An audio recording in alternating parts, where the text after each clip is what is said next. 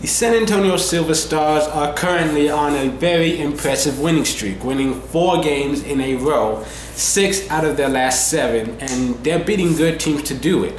They beat the Minnesota Lynx, who currently only have 2 losses on the year and are still the best team in the WNBA.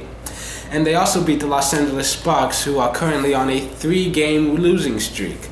And Los Angeles is losing for the same reason that San Antonio is winning. Bench production. San Antonio currently has the best bench in basketball. Case in point, Danielle Adams, just being an absolute beast, just a great all-around playmaker, offensive and defensive production, great three-point shooter. She provides a real spark off the bench, whereas Los Angeles, Candace Parker, she's still getting double-doubles like a machine, and night after night, she's still showing us why she is a leading MVP candidate.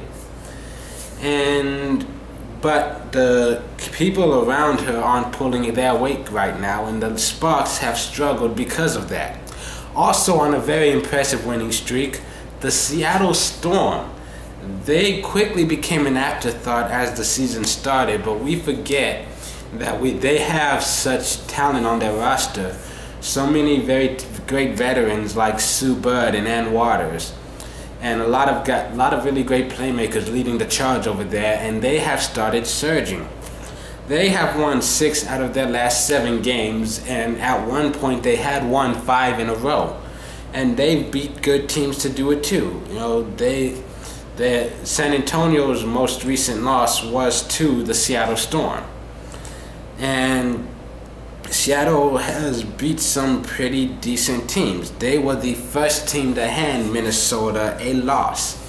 And just over the weekend, they beat Connecticut, one of the top teams in the East.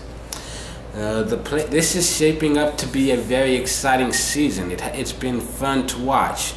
2 teams which got off to a very slow start have now started surging and are looking like 2 of the best in the league. Minnesota, they've lost 2 out of their last 5, but those are the only 2 they've lost all season. They started 10-0, and while it seems like they might be struggling a little bit recently, they're not. They've had a few hiccups. No team has ever gone undefeated in any professional basketball that I can think of. They are still playing great, and they are still in a very fantastic position to repeat. But we'll see what happens once the second half of the season rolls around. Whereas Los Angeles, they are kind of struggling a little bit, yes, but I think they're still Los Angeles. They are still definitely contenders. And in the Eastern Conference, I'm really not paying as much attention to that as I should. So we'll move on to football news. First, we'll start with fantasy. And in my fantasy world, well, nothing's happening right now. Early draft is just to see how great you are at predicting the future, which sometimes it goes well, other times it doesn't. Last season for 2011, as soon as the lockout ended, I went to the fantasy drafts, and I hadn't even heard names like Gronkowski, and I ended up finishing 2nd in the league, which is not bad. But I did better in other teams that I drafted after preseason and stuff. And that's what I always like to do. I draft teams, as they go along. 1 in July, 1 during preseason, 1 after the start of the season, and then 1 in the very last week that we're able to make one just to see. Because sometimes it's fun to see, okay, you got 1 game. You got 1 game to play, and then it's playoffs. Let's see who can win. It's always fun and interesting to do. I decided not, and speaking of Gronkowski, I mentioned in my last video I drafted him in my 2nd round, and I got trade offers for him and Victor Cruz, and I do currently still have him on the block. But at the moment, I haven't yet seen anything that I like.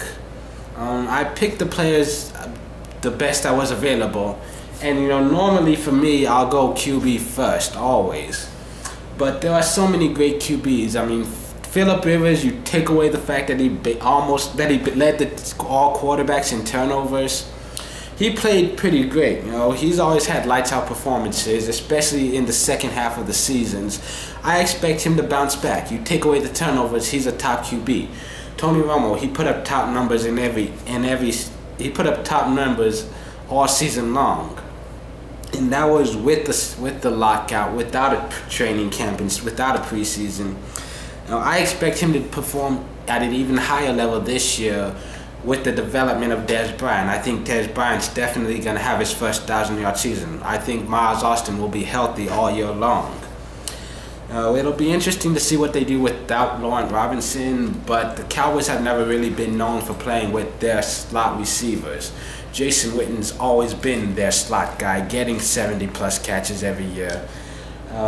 I think Tony's definitely going to have another 4,000-yard performance. And in NFL news, there's not much going on right now, but it's fun to watch. The anticipation is mounting. There is build-up. I'm really excited. The teams are forming. And I think one of the biggest surprises that I think will happen this season, this is just my prediction, not out of hatred, because I do respect them. They are a great team. But I think the Giants will fall off this year. And by fall off, there might not be too much of a difference. They might win or lose one or two more games than they did last year. But don't forget, yes, they won the Super Bowl, but they were only 8-8. And I think this year, with the benefit of a full preseason and an extra year of chemistry getting to know each other, the Cowboys and Eagles are going to dominate the NFC East. And the Giants, who knows? They might be able to sneak into the playoffs again with another 8 or 9 win season. But right now, the deck is kind of stacked against them. And I doubt that they will even make it to the postseason, much less make a Super Bowl. And I'm actually picking the Eagles to win the division right now. But that also depends on Juan Castillo. Can he prove us wrong? Can he prove that Andy Reid made a good choice in picking him? Because they probably have the most talent over there. I picked them over the Cowboys because of explosiveness more than anything else. They have a lot more playmakers, and I think they have more proven talent on their roster. We've got Brandon Carr and Morris Claiborne added to our secondary, but Claiborne's still a rookie and he's injured. Our other guys, Carr, he's never guarded the number 1 receiver. He was always working with Brandon Flowers, who would take on the top guys. So it'll be interesting to see how that turns out. And we still have issues with safety, but I think as long as we have guys like DeMarcus Ware who will bring pressure and get a lot of sacks, they will definitely have another huge year.